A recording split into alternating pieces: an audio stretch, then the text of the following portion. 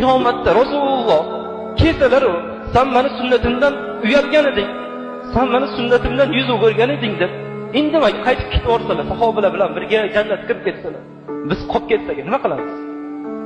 Rasululloh nima qilamiz?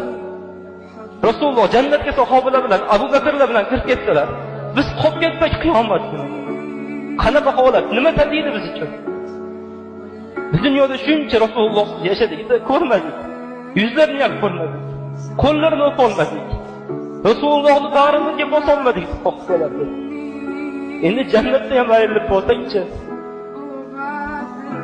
Jannatda Rasululloh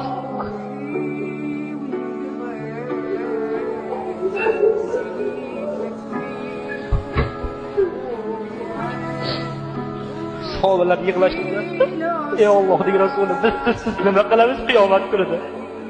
Bu dunyoda sizga o'rganib qo'yamiz, sizni forlaringizni o'rganib qo'yamiz. Siz nima qilamiz deyishdi.